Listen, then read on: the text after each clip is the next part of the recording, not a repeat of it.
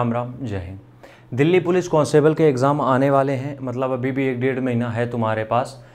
देखो, एक चीज़ हम तुम्हें बता दें, आज से हम बहुत सारे वीडियो दिल्ली पुलिस कांस्टेबल के ऊपर बनाएंगे, ठीक है, और रिटर्न के ऊपर। और जिन लोगों को भी जो भी प्रॉब्लम हो, सिर्फ उस वही वीडियो देखना है, क्योंकि ऐसा नहीं कि हर वीडियो तुम्हारे काम का और फिर बाद में तुम ये कहोगे कि भैया टाइम पास कर रहे हो।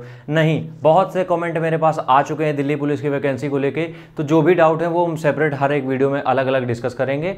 तो ज़रूरी नहीं है तुम्हें भी वो वीडियो देखना पड़े, इसलिए हर वीडियो देखने की हम खुद से अपने चैनल के लिए बोल रहे हैं कि तुम्हें देखने की जरूरत नहीं है हर एक वीडियो, इतना ध्यान रखना, क्योंकि हर एक वीडियो देखोगे तुम्हारे कोई मतलब का रहेगा नहीं, कुछ मतलब बनता नहीं है फिर, ठीक है। चलो, हम यहाँ पे बात कर रहे हैं आज उनकी जिनके 40 से 50 नंबर आ रहे हैं। देखो यार, एक 40 से 50 क्वेश्चन वो सही कर पा रहे हैं। हम यहाँ पे एक चीज़ डिस्कस कर लेते हैं सबसे पहले। देखो, जब भी तुम्हारे नंबर कम आते हैं या फिर क्वेश्चन तुम कम कर पाते हो मॉक में, तो उससे डिप्रेस्ड होने की, उसको बहुत ज़्यादा सोचने की ज़रूरत है नहीं, क्योंकि तुम उसमें कुछ कर नहीं सकते। और बहुत से लोगों को हमने ऐसे भी देखा है जिनके मॉक टेस्ट में अच्छे नंबर नहीं आए, लेकिन वो एग्ज़ाम में बढ़िया फोड़ के आए। तो इसमें बहुत ज़्यादा मत सोचा करो कि मॉक टेस्ट में तुम्हारे कम नंबर आए हैं तो कुछ चीज़ें गलत हो जाएंगी। हम कुछ चीज़ें तुम लोग को यहाँ पर समझाने की कोशिश कर रहे हैं, जो कि हमने एक्सपीरियंस की है कुछ भर्तियों में, उसके ऊपर हम बात करते हैं। सबसे पहला 5 पॉइंट में हम तुम्हें चीज़ें समझाएंगे, थोड़ा सा समझने की कोशिश कर लेना, ताकि आगे की चीज़ें हमारी, दिख रहा है, ठीक है, आगे की चीज़ें हमारी बेटर हो जाए। सबसे पहला है, जो भी मॉक टेस्ट तुम लगा रहे हो उसका एनालिसिस करना चालू कर दो। हम ये मान के चल रहे हैं कि तुम्हारे नंबर कम आ रहे हैं, ठीक है, तुमने कितने दिन तैयारी करी डजंट मैटर, क्या कर रहे हो तुम डजंट मैटर।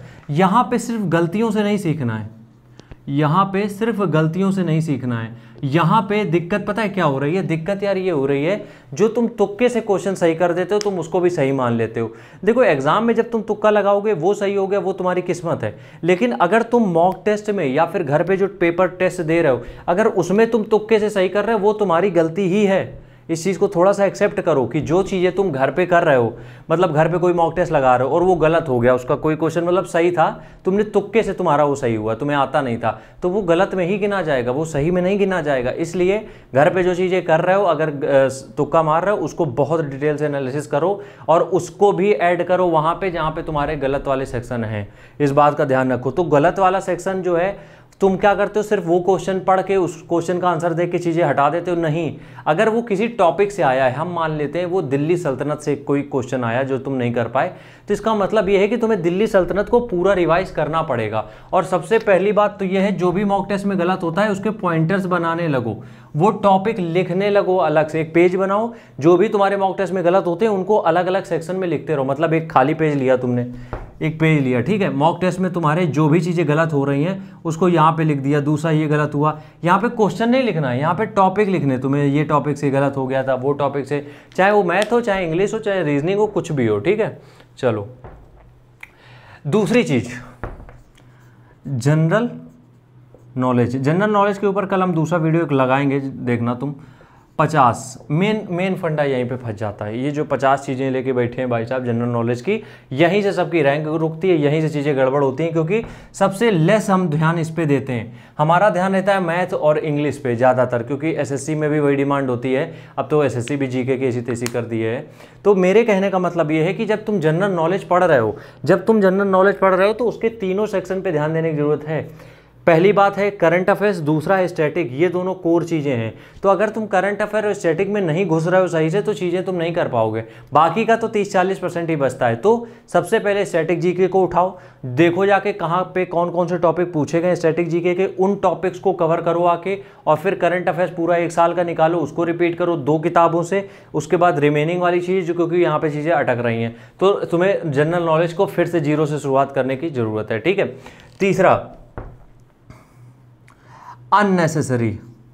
अब होता क्या है कि तुम्हें जो है पूरी किताब ख़त्म करने की आदत है, तुम पूरी किताब को ख़त्म कर देते हो, जबकि सिलेबस के अकॉर्डिंग ही बनता है मॉक टेस्ट।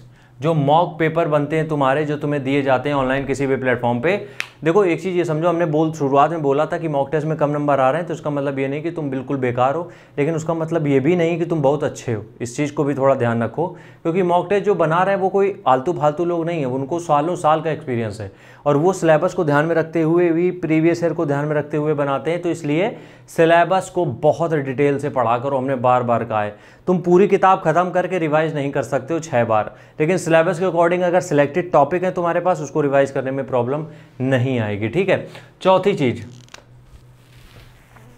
अगर अभी से 40-50 क्वेश्चन आ रहे हैं, एक तुम नई स्ट्रेटेजी बनाओ। अब एक नई स्ट्रेटेजी बनाओ 70 डेज या 50 डेज के लिए, जो भी तुम करना चाहते हो, एक नई स्ट्रेटेजी बनाओ। अब देखो, ये सबके लिए सही नहीं हो सकता, ये ध्यान रखना, किसी के लिए उल्टा भी पड़ जाएगा, तो तुम्हें अपने हिसाब से सोचना पड़ेगा। हमने सिर्फ एक ये उदाहरण दिया है तुम्हें कि अगर तुम्हें लग रहा है कि तुम बहुत सारे मॉक टेस्ट में 40-50 बढ़ ही नहीं पा रहे हो किसी तरीके से, तो तुम्हें दोबारा से वापस जाने की ज़रूरत है, तुम्हें दोबारा से सोचने की ज़रूरत है कि गलती हो कहाँ से रही है। कि हम तो पूरा एफर्ट मार रहे हैं, लेकिन गलती कहाँ पर हो रही है, उस चीज़ को हमें ध्यान में एड्रेस करने की ज़रूरत है, जिसके लिए अभी भी टाइम है, कुछ नहीं बिगड़ा है, अभी भी टाइम है। और दिल्ली पुलिस का पेपर कोई हलवा नहीं होता, इस बात को भी अच्छे से दिमाग में बिठा लेना, बिल्कुल औकात में। ठीक है, आखिरी बात, सॉरी फॉर द वर्ड, आखिरी चीज़ हम यहाँ पे बात करेंगे कि 8 घंटे। देखो, कुछ लोगों को ये लगता है कि उनके 40-50 नंबर क्वेश्चन सही हो रहे हैं तो उसमें उनकी गलती नहीं है, वो तो कुछ कर रहे हैं। खुद की भी गलती कभी भी एड्रेस करने की ज़रूरत होती है। तो तुम खुद को देखो कि तुम 6 से 8 घंटे अभी दे पा रहे हो कि नहीं, अपनी पढ़ाई में 6 से 8 घंटे दे भी रहे हो या नहीं। अगर नहीं दे रहे होगे तो कोई सिलेक्शन नहीं होना है, सीधी सी बात है। इसलिए अभी से कोशिश ये करो कि दोबारा से जब स्टार्ट कर रहे हो तो 8 घंटे, 10 घंटे, 12 घंटे खींच दो, जितनी डिमांड है मार्केट में। ठीक है, राम राम, जय हिंद।